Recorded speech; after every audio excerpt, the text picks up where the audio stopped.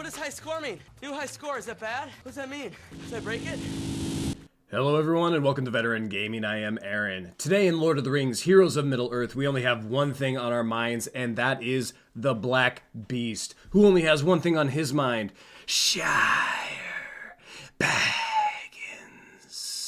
That's right, we are talking about the leader of the Nazgul, who has just been released inside the adventure, the Monolith of Darkness, and we are able to unlock him for free at 3 stars. So we're just going to go ahead and talk about the hero himself a little bit, since everybody will be able to unlock him.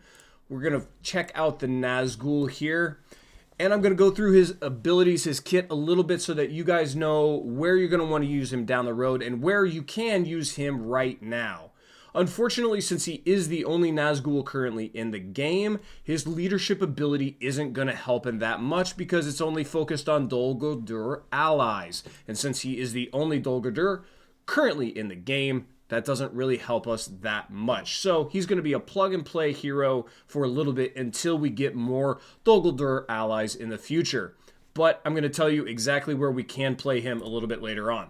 All right, so on his first attack here, basics, usually pretty simple, but he does have a chance to inflict weaken on it, and later on when you get it max, he will always inflict weaken and do some good damage. His second attack here, he's going to gain 2 stacks of counterattack and inflict heal block on 1 wounded enemy. Once you get it maxed up, you're going to get more counterattack, and then you're also going to get always inflict heal block on the second most wounded enemy also. The other key thing here is we're going to gain a stack of feast, which we'll talk about a little bit later on. His onslaught here, attack all enemies 3 times for 40% damage per hit. So 120% damage to all enemies, and it's going to gain life steal, and that damage and life steal per hit is going to go up. So a very, very nice AoE here where he's also healing himself. And then on his final passive here, anytime an ally or an enemy dies, a Dol Guldur ally gains binding, which again, we don't really have to worry about right now. But there's also a 50% chance to gain a stack of feast. And then once you get it wrapped up here with higher levels, you're going to gain turn meter removal also.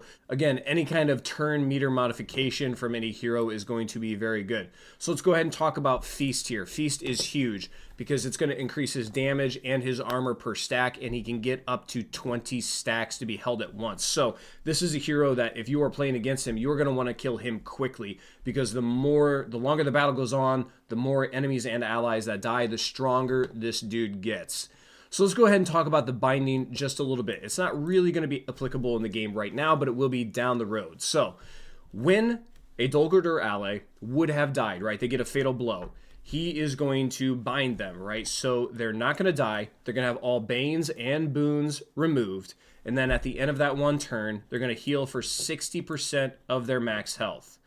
When the Black Beast dies, any ally that is binded to him will also die. So again, this guy is going to keep his friends from dying unless you take him out. So it's going to be really, really important to take him out, not only because of this feast mechanic, but also because of the binding. So if you put this guy with some tanks, especially if they're Dol Guldur down the road, this is going to be an absolute menace of a hero.